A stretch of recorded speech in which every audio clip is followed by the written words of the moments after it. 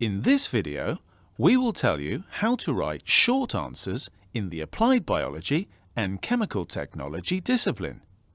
Firstly, what are short answers?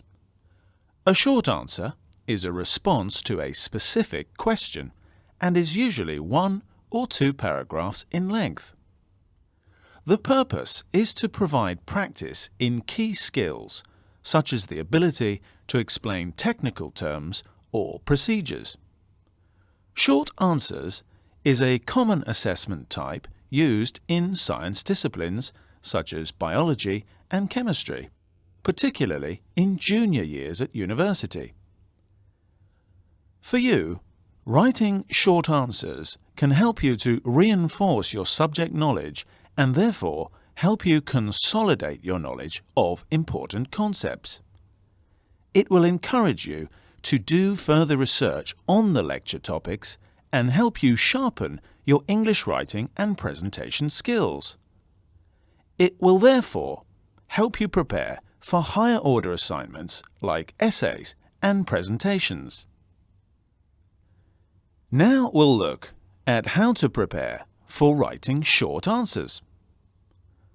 The first thing to do is thorough revision of the subject. This may seem obvious, but according to our ABCT subject teacher, a lack of knowledge often leads to misunderstanding of the questions and irrelevant answers.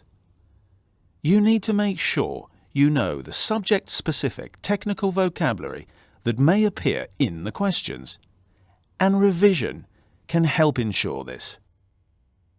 You should also take each tutorial task seriously, as these are good practice for writing short answers.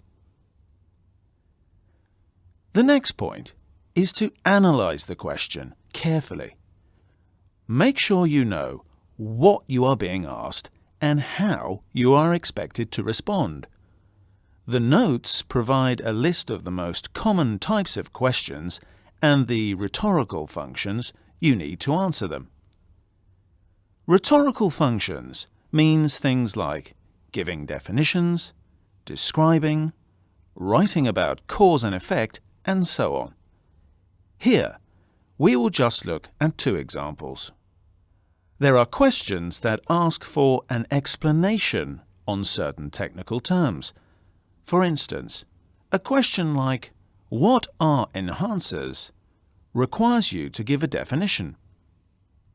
Another question type is contrasting between 2 elements.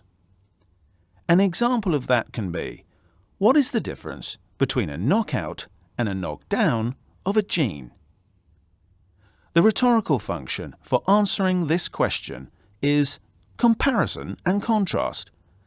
We'll see the notes for more examples.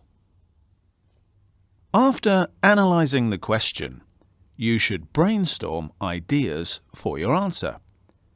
Quickly write down a list of ideas to help you prepare and organize your answer. Then consider how to present your answer. How long should it be and what format you should use? Usually 1 to 2 paragraphs, about 30 to 150 words, is most common, but the length will vary depending upon the question type. Longer texts are expected for some questions, especially when they're worth more marks in an assessment. Sometimes point form can be used, but when using point form, make sure the answer is clear. Once you have planned your ideas and format, go back and reread the question to make sure your answer is exactly what is required. Now, we will look at some aspects of the content and language you should use. Firstly, be concise. Concise basically means short. So avoid being wordy or repetitive. Answers should be direct and informative. Secondly, use formal academic language. The notes give some links which can help you recognize formal or informal vocabulary and language. Thirdly, make sure you include justifications. If the answer requires arguments or opinions about an issue, you need to justify your opinion. However, references are usually not required since it is assumed that you will be using the specified textbooks. That completes this guide to writing short answers in the applied biology and chemical technology discipline.